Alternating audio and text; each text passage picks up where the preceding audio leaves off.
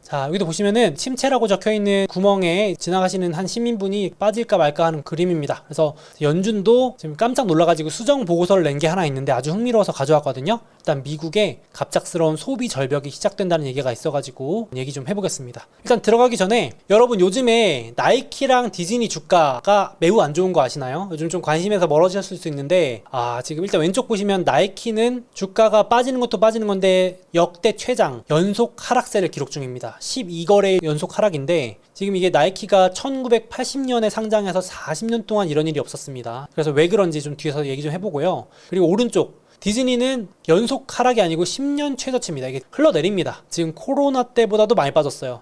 야, 코로나 때 여러분 락다운 돼서 테마파크도 문 닫고 아무것도 못하는 때 주가보다도 지금 공급망 이슈도 아니고 여행 금지가 된 것도 아니고 테마파크 문 닫으라고 하는 사람 아무도 없는데도 주가가 더 많이 빠지는 거예요. 코로나 때 고점에서 43% 빠졌는데 지금 58% 빠졌습니다. 금융위기보다 많이 빠졌어요. 제가 확인해보니까 디즈니 금융위기 때도 55% 빠졌거든요. 진짜 많이 빠지고 있습니다. 흘러내립니다. 역대 최저. 그래서 이 두 개가 공교롭게도 대표 미국 국민 브랜드잖아요. 디즈니도 국민 브랜드라고도 하고 나이키도 뭐 국민 브랜드라고 해도 손색이 없는데 정말 많이 빠지고 있습니다. 그래서 어떠신가요? 구독자분들 회사 자체의 문제로 보이시나요? 아니면은 이게 어떤 불황에 좀 안 좋은 시그널인지 한번 같이 얘기 좀 해보겠습니다. 일단은 먼저 나이키 보시면 지금까지 이런 적 단 한 번도 없었다는 게 그 말입니다. 상장 이래로 이렇게 많이 연속적으로 12거래 연속 하락한 거는 처음이란 얘기를 하고 있는 거고, 왼쪽 자료 보시면 여기 올해 주가 흐름이 검은색이 S&P 500이고요 15% 정도 올라 있고, 노란색 나이키가 흘러내리더니 15% 빠져 있습니다.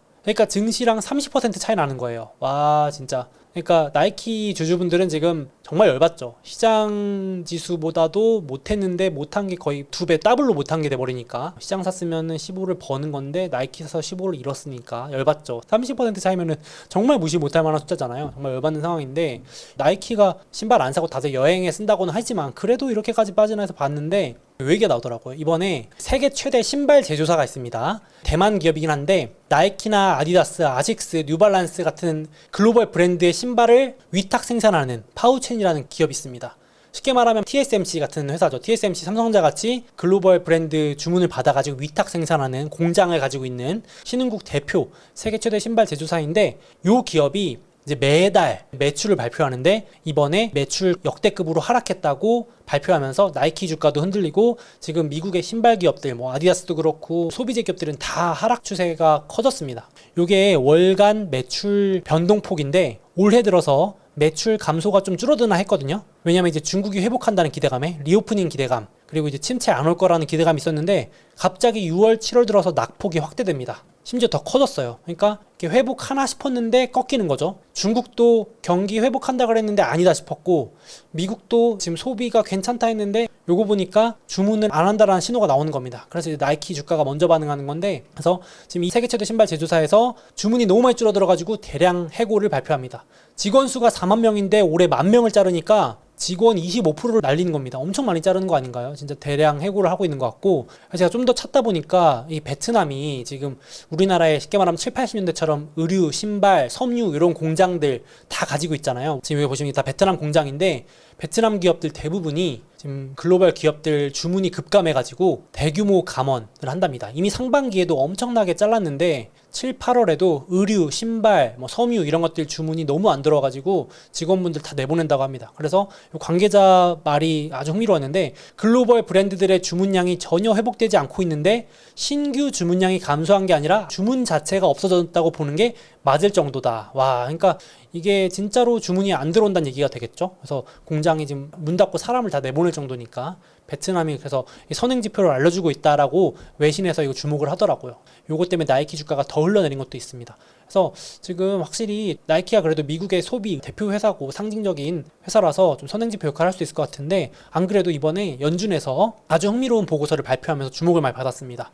지금 미국 경제가 강한 데 있어서는 역시 돈을 펑펑 써주는 미국 가계가 있기 때문이라는 얘기가 많은데, 미국 경제를 지탱해주는 게 소비잖아요. 근데 연준이 딱 보고서를 냈는데 보니까 곧 소비 절벽이 온다라는 얘기를 하는 거예요. 그래서 뭔가 봤더니 그동안 쌓여있던 초과저축이라는 여태까지 정부가 꽂아준 초과저축이 9월 말까지 소진될 가능성이 매우 높아졌다라는 경고성 보고서를 낸 거예요. 원래는 이렇게 빨리 소진될 줄 몰랐다라고 하면서 수정 전망을 낸 거거든요. 그러니까 쉽게 말해서 이 보고서를 낸 샌프란시스코 연준도 상당히 놀라서 보고서를 낸 거죠. 그래서 뭐 여기 써있지만은 한 번 늘린 소비는 잘 줄이기가 힘들대요. 이거 미국인만의 문제가 아니고 한 번 씀씀이를 늘려버리면 이렇게 쉽지가 않다네요. 그래서 지금 미국인들이 초과저축이 다 줄어들고 있는데도 이 소비를 못 줄인다라는 얘기도 있습니다. 실제로 올해 초에 이 샌프란시스코 연준이 이 보고서를 낸 거예요. 올해 미국이 경제가 지금 이렇게 좋고 증시가 안 빠지는 거는 초과저축 덕분이다 라면서 보고서를 냈었거든요. 불과 몇 개월 전에 올해 초에 제가 이거 소개해드린 적도 있었는데 정말 전례 없는 정부의 보조금 지급, 통장에 꽂아주는 코로나 보조금 지원금 덕분에 최소 올 연말까지는 경기 침체가 올라올 수도 없고 충분하다 그랬거든요. 그래서 아직 한참 남았다. 연말까지 이렇게 간다 했는데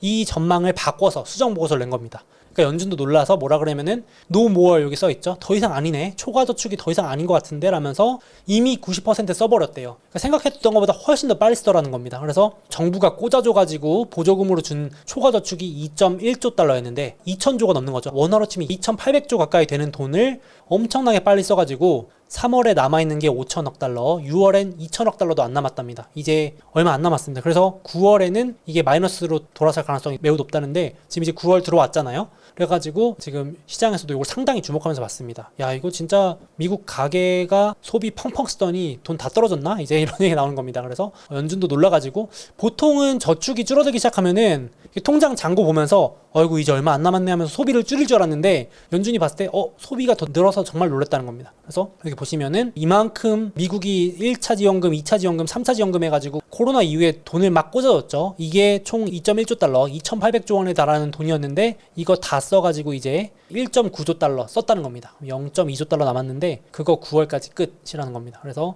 이게 지금 예상보다 더 지출이 이렇게 늘어난다. 그래서 야, 이거 어떤 거 봤더니 실제로 지금 이런 얘기가 나오는 거죠.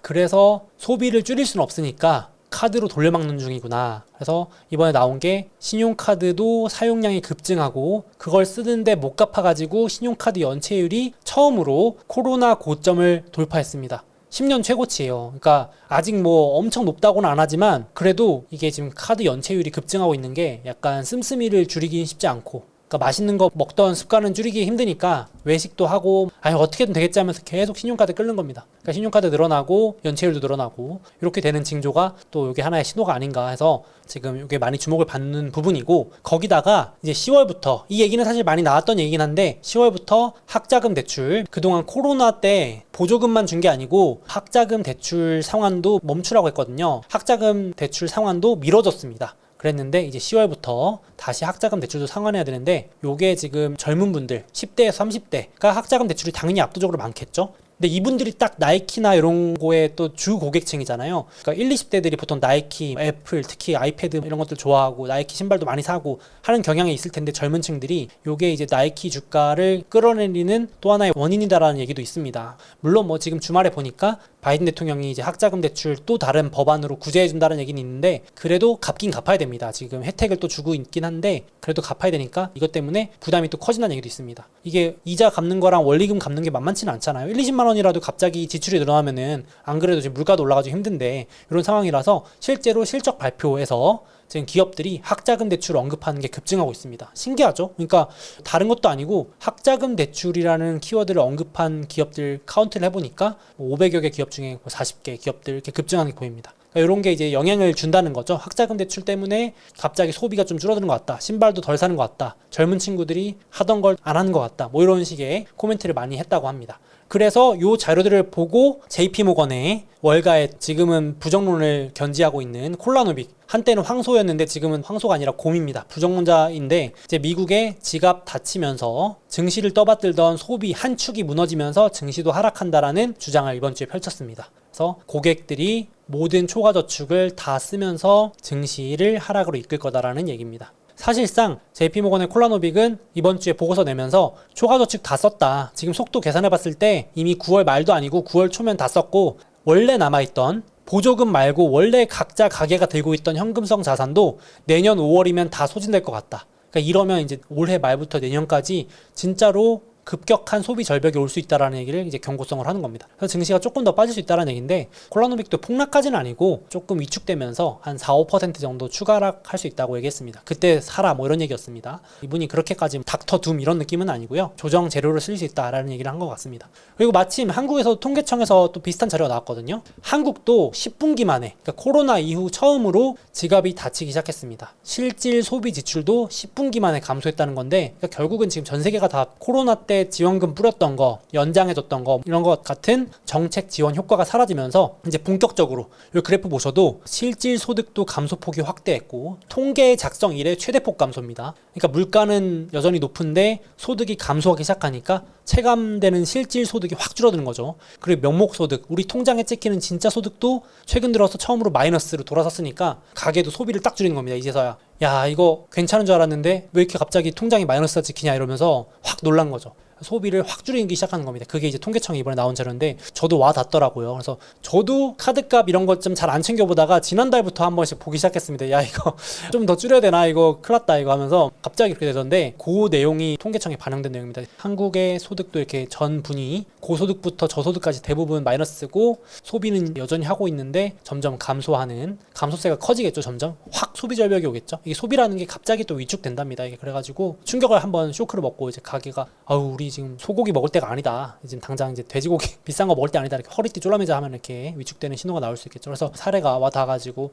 가져와 봤습니다. 그래서 그걸 대표적으로 영향을 받는 게 나이키도 하나 있지 않을까 싶은데 지금 미국 소비 절벽. 왜냐면 나이키의 매출의 절반이 미국에서 나오거든요. 북미에서. 그래서 중국은 막상 보면 15%밖에 안 됩니다. 중국이 엄청 크진 않아요. 그래서 지금 미국에서 나이키 매출이 대부분 나오는데 나이키 매출 성장률이 다음 분기에 역성장에 진입합니다. 이렇게. 가계 소비 절벽하고 비슷하죠. 점점 소비 둔화되기 때문에. 그리고 회복할 줄 알았던 중국도 이렇게 다음 분기부터 꺾인다라는 걱정이 반영되기 시작하면서 겹악재인 거죠. 미국, 중국 쌍악재가 되면서 지금 나이키가 두드려 맞고 있다 이런 분석도 많아서 흥미로워서 가져와 봤는데 또 이럴 때가 기회가 될 수도 있고 지금 주가가 반토막 났으니까 브랜드 관점에서 좋아하시는 분들은 또 이럴 때 빠졌을 때가 또 좋은 매수 기회가 될 수도 있지 않을까 싶은데 저는 개인적으로 더 빠질 수 있지만 나이키 주식을 좋아해가지고 좀 관심 있게 보고 있습니다. 그래서 많이 빠진 김에 오랜만에 나이키 얘기 한번 해봤고 디즈니도 잠깐만 얘기하면은 10년 최저가로 내려가고 있잖아요. 요즘 디즈니 볼 게 없다라고 하시는 구독자분들 많아요. 옛날 거는 재밌지만 요즘 저도 약간 넷플릭스 거 더 많이 보는 것 같긴 하거든요. 디즈니 플러스 잘 안 보고. 그래서 디즈니가 지금 테마파크도 지금 소비 침체 때문에 부진하고 앞서 말씀드렸지만 초과저축이 있을 때나 테마파크 막 가고 그랬지 그러면 조금 줄일 거 아니에요. 이번 주말에는 디즈니 테마파크 가지 말자 이럴 수도 있잖아요. 그것도 줄고 그리고 안 그래도 지금 경쟁 심했던 디즈니 플러스, OTT 가입자 줄고 있고 넷플릭스랑 경쟁도 심하고 요즘 한국도 그렇지만 로컬에서도 드라마 잘 만들고 이러니까 디즈니 컨텐츠가 요즘 대박나는 게 약간 없어가지고 약간 겹악재인 것 같습니다. 그렇죠? 그래가지고 58% 유례 없는 고점 대비 폭락. 그래서 어떻게 또 이게 또 지나고 나면 기회일지 저도 헷갈립니다.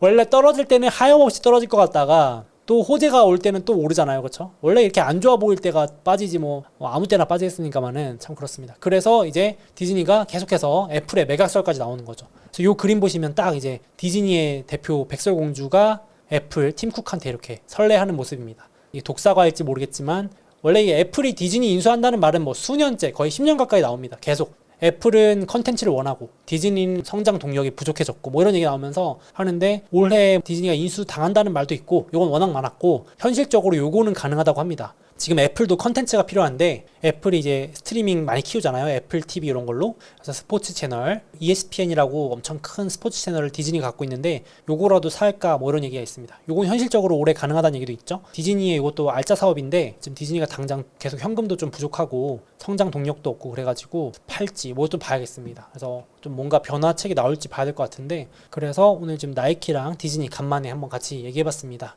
진짜 국민 브랜드라서 망한다고 보긴 좀 어려운데 물론 절대 안 망한다 이런 건 없겠지만은 주가가 진짜 요즘 많이 빠지고 있습니다. 빅테크 성장주들은 지금 거의 고점에 바짝 붙어 있는데 조정받았다고 하지만 얘네들은 거의 반토막씩 나 있습니다. 그래서 역발상으로 또 기회가 될지 한번 같이 고민을 좀 해보면 좋겠습니다. 그래서 소비 절벽이 온다라는 보고서도 한번 소개드렸고 반대로 이제 이런 얘기도 있습니다. 이건 제가 너무 좋은 리포트라서 카페에 올려둘게요. 이 리포트가 처음 듣는 내용은 아니실 거고 지금까지 미국 경제 성장은 소비, 여태까지는 소비가 다 했고 앞으로는 정부 주도의 엄청나게 긴 호흡의 투자 사이클 요게 생각보다 길기 때문에 쫄지 말고 조정에 매수해라 이런 보고서입니다. 이게 한 거의 90페이지에 가까운데 너무 내용이 좋아가지고 제가 카페에 올려두겠습니다. 엄선 리포트로 추천을 드리고요. 그래서 여기 관련 종목들도 있습니다. 저도 한 번씩 소개해드린 기업이에요. AI 반도체라든지 기계 인프라, 전력망 뭐 이런 것들. 그러니까 미국 바이든발 제조업 부활 이런 거죠. 내용 좋아서 한번 생각 정리 차원에서 읽어보시면 좋겠습니다. 소비 절벽이 온다고 해서 미국 증시가 무너지지 않는다.